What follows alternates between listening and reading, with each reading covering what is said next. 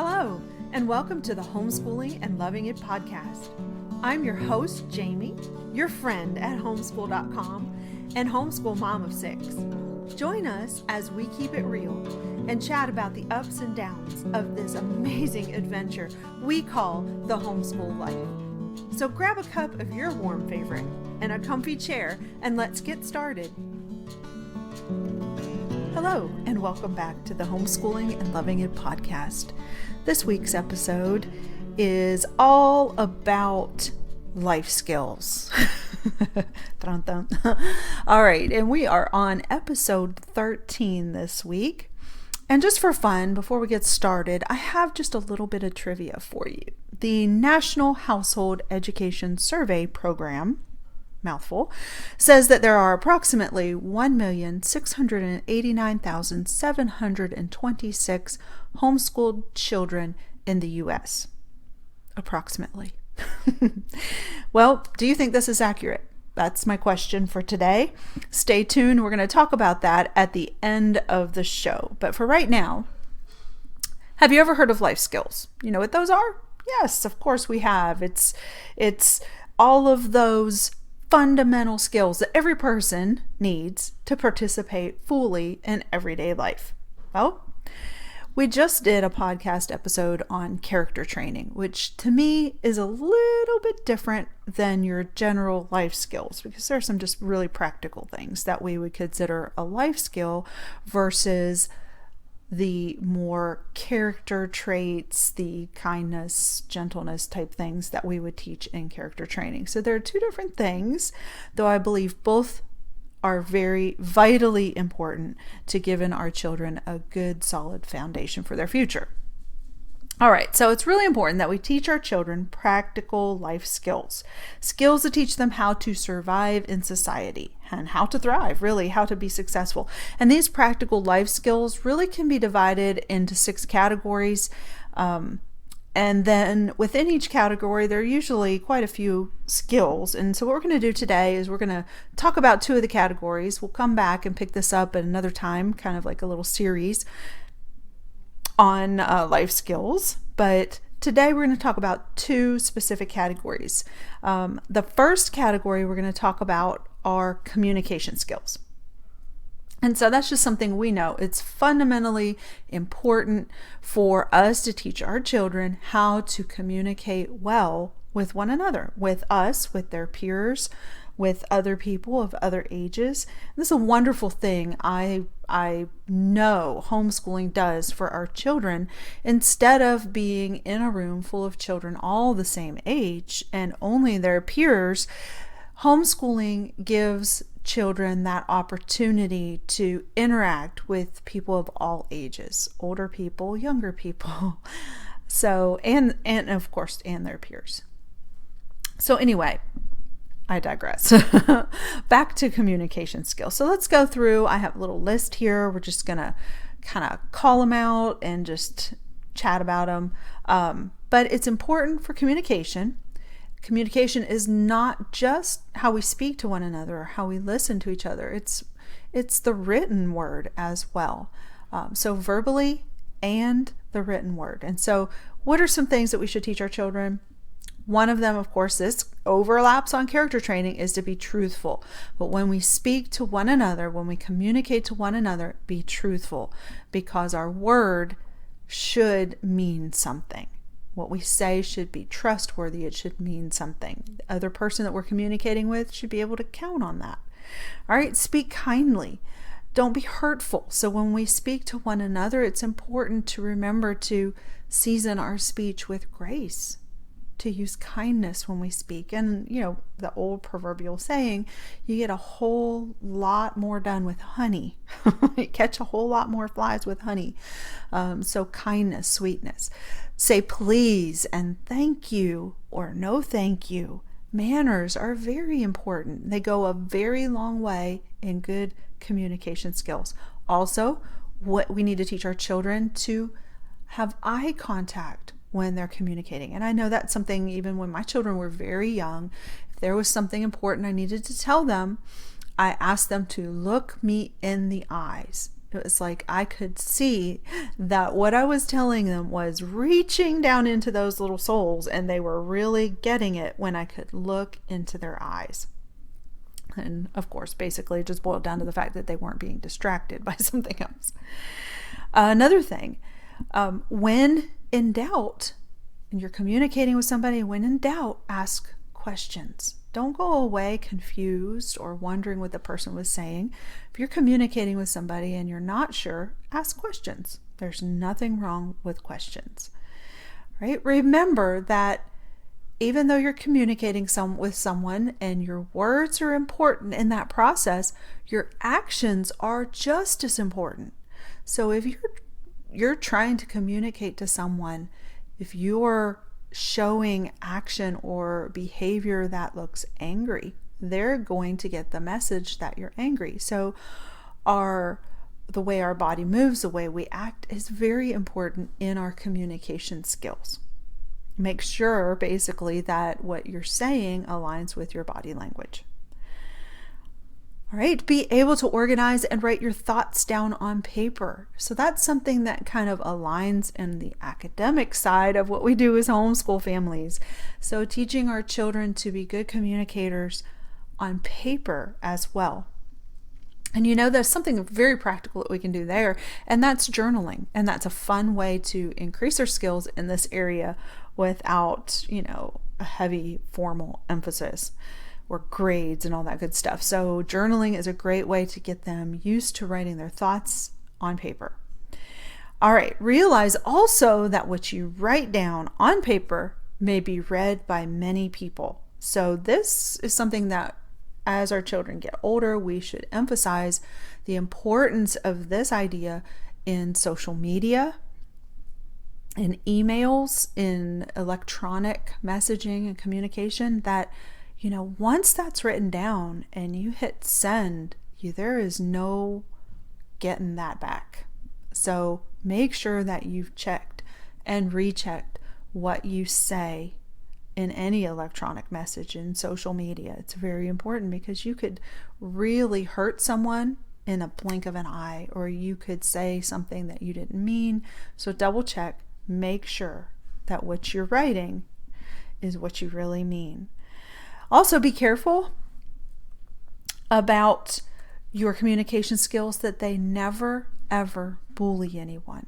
Do not take your communication to that place. It's very important. That's a skill that we should be emphasizing and teaching our children, because nobody likes a bully. A bully, it's not nice. It's something that we should encourage them and help them understand how it's an area of communication that has gone bad.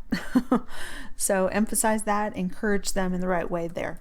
All right, so communication skills. But second aspect that we're going to chat about today, it's similar important skill set, and that's the formation and maintenance of relationships with one another.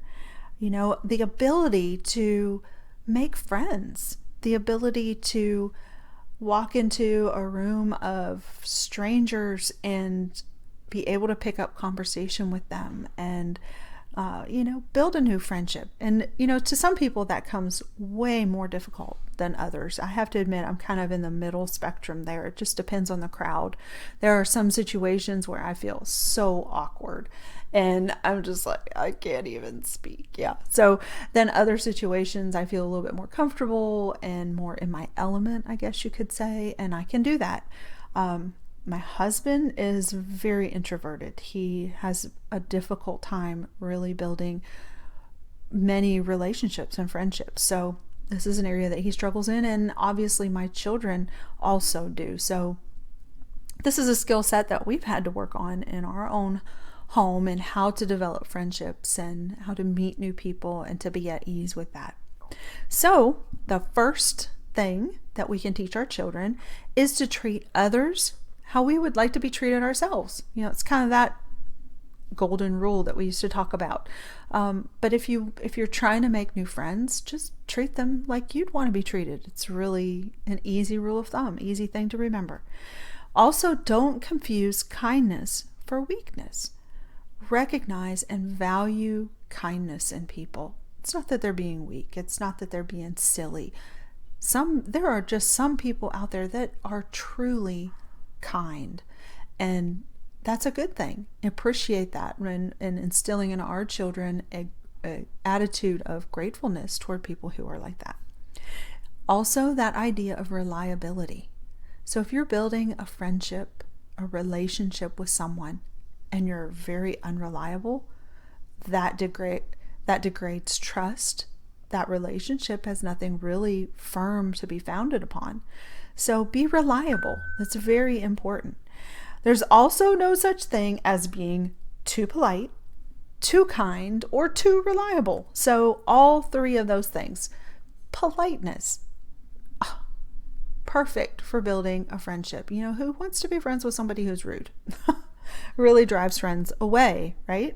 So teach our children to be polite, teach them to be kind, teach them to be reliable. All right, a few other things real quick. Value other people's time. Oh, this is a big one.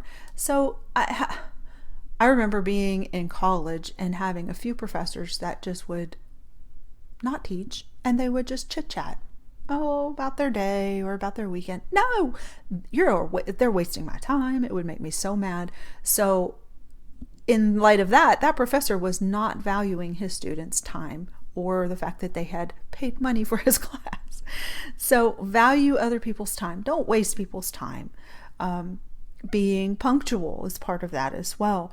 Being considerate, that you're not just going on and on and on and on and on about your lost dog, or, it's something that may be important, but you value other people's time in the fact that they may need to be going somewhere, or that they may need to be getting their homework done, or teach our children to respect that.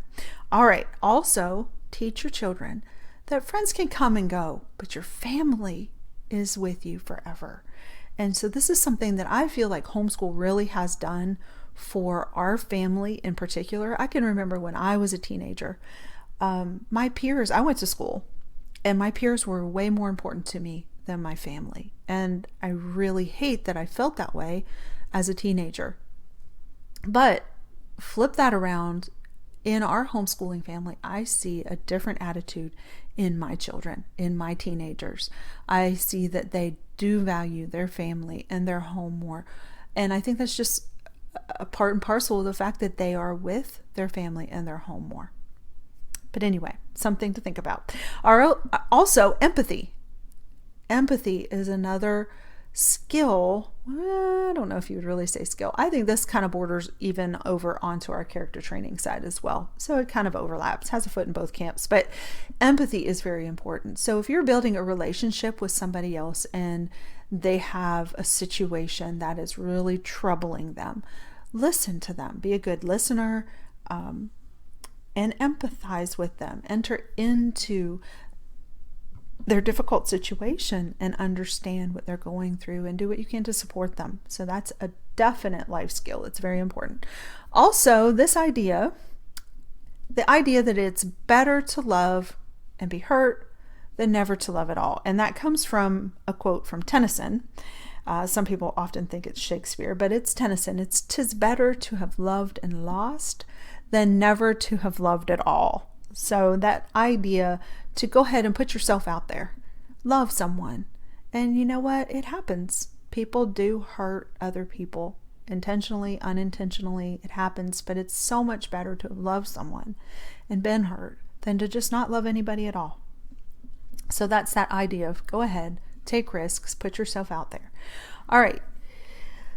Love people for their faults as well as their strengths. So this is a two-sided thing here. So you're going to love someone. You think that person is great. You've become a really good friend. You've built a relationship. But you know what? Everybody has strengths and everybody has weaknesses. And that's part of what we should do as person to person, is to understand.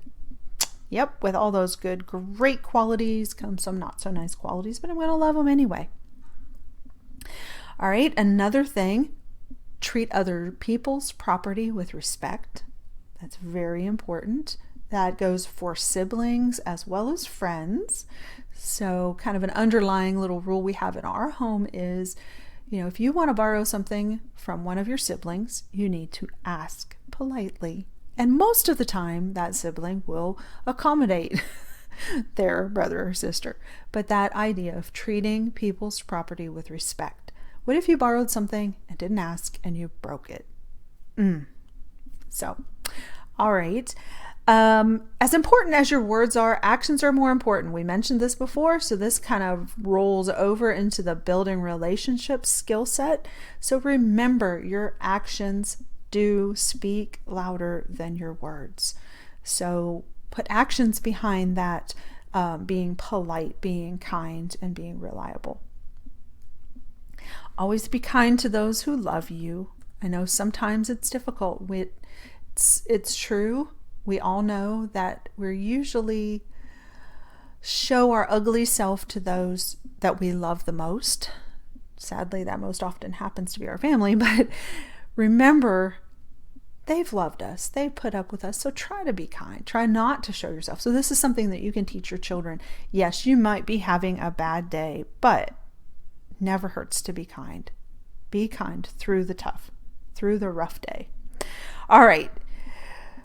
Your instincts. Sometimes we've got to trust our instincts. So if we're trying to build a relationship and we kind of get this impression that something just isn't right, listen to your instincts. You might just want to back away. So many times my instincts have proven correct about certain things. So teach your children that if they have that awkward feeling, that's an instinct and that they need to listen to it and back away or come and tell you, your mom and daddy, and you guys can talk about it. But it's important to teach them that they have instincts for a reason. All right, another good skill set. Teach our children that they don't always have to be right. This is so important in life. I mean, sometimes, we've met people, they always have to have the last word. They always have to have the final say in something. They always have the comeback. But sometimes you just don't have to say anything. Just leave it. It's okay. It's okay to be wrong. And sometimes, here's another point, separate point, but kind of similar, compromise is important. Compromise makes the world go round, right? Husband and wife, our parenting situations, there are different times where we have to compromise on things that we really would like to see happen, but it's just not gonna meet that standard. So let's compromise. Let's find a happy balance in the middle. And teaching our children that compromise is important really sets them up for success in building relationships. All right, and finally, teach your children that it really is more fun to give than to receive. And that joy of blessing people with gifts, oh my goodness, that's one of the things that I really enjoy personally. And I want to teach my children that it's so fun to give somebody something. You don't always have to get something. And so we build on them that aspect of being grateful for someone else and giving them gifts or giving them tokens of appreciation instead of on the aspect of greed and wanting to receive all the time. All right, so those are the two categories that we're talking about today: communication skills and building relationships. Some basic life skills to start teaching our children at any age. All right, so back to the trivia question that I asked in the beginning. And in my humble opinion, the National Household Education Survey is way off. And here's why. There's 3 reasons that I have. The first one is that in these statistical reports like this, they don't always include students who've had to homeschool temporarily because of sickness or illness. They also don't include students who are homeschooling through the public school online homeschooling program like K-12 and like the virtual schools like Florida Virtual School. They don't count those as homeschoolers. And then finally, they also don't count students who have chosen to homeschool yet are enrolled in umbrella school programs. So that would even be my family.